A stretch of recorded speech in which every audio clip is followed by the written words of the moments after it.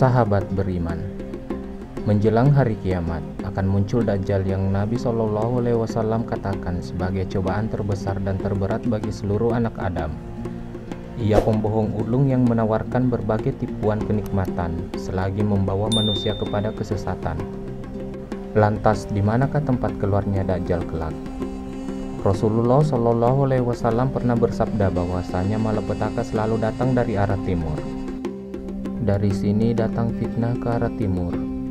Kekurang ajaran dan kekasaran serta kekerasan hati merupakan sifat-sifat para penggembala unta dan lembu di kalangan suku Rabi'ah dan Mudar. Hadis riwayat Bukhari.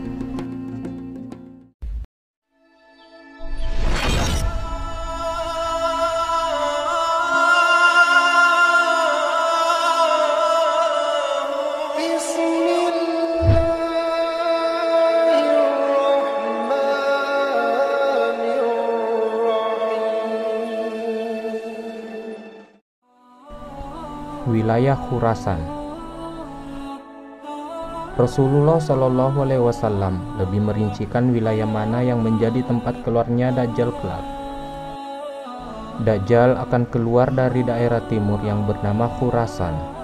Dia akan diikuti oleh orang-orang yang berwajah seperti perisai. Hadis riwayat Tirmizi, Ahmad dan Hakim. Keluar dari kalangan Yahudi Asfahan di Iran.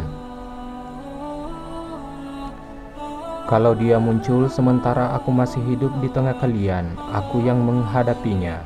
Tapi kalau dia muncul setelah aku meninggal, ketahuilah bahwa Tuhan kalian tidaklah buta mata sebelah kirinya. Dajjal itu akan muncul dari kalangan kaum Yahudi Asfahan, hingga dia mendatangi kota Madinah, lalu dia berhenti di luarnya. Saat itu Madinah punya 7 pintu. Pada setiap jalan ada 2 malaikat yang menjaga. Kemudian para penduduknya yang jahat akan keluar bergabung dengan Dajjal hingga dia tiba di Syam di daerah bernama Bablut. Kemudian Isa bin Maryam turun dan membunuh Dajjal. Isa akan hidup di bumi selama 40 tahun menjadi seorang pemimpin dan imam yang adil. Hadis riwayat Ahmad. Di sebuah jalan antara Syam dan Irak, dia akan keluar dari sebuah jalan antara Syam dan Irak. Kemudian dia melewati perusakan ke tempat-tempat di sekitarnya. Wahai hamba-hamba Allah, teguhlah pada keyakinan agama kalian. Hadis riwayat Muslim, Abu Daud, dan Hakim. Kota Mar di Irak. Abu Bakar As-Siddiq pernah berkata, Dajjal akan muncul dari kota Mar, dari kalangan Yahudi kota itu. Abdullah bin Amru bin Ash lalu bertanya kepada seorang laki-laki yang tinggal di Irak, di negeri kalian ada sebuah wilayah yang bernama Qudsi, yang mempunyai danau asin dan pohon kurma. Orang itu menjawab, ya ada. Abdullah melanjutkan, dari sanalah Dajjal akan muncul. Hadis riwayat Tabrani. Pulau Socotra.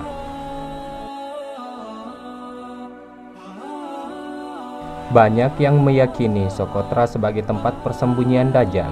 Socotra memang tempat yang penuh misteri. Bahkan pulau ini memiliki sebutan The Lost World hingga Pulau Alien. Socotra terletak di timur tanduk Afrika atau Somalia. Sejauh 240 km ini memang jarang disinggahi orang-orang dari luar pulau. Banyak juga keanehan yang terjadi di pulau ini.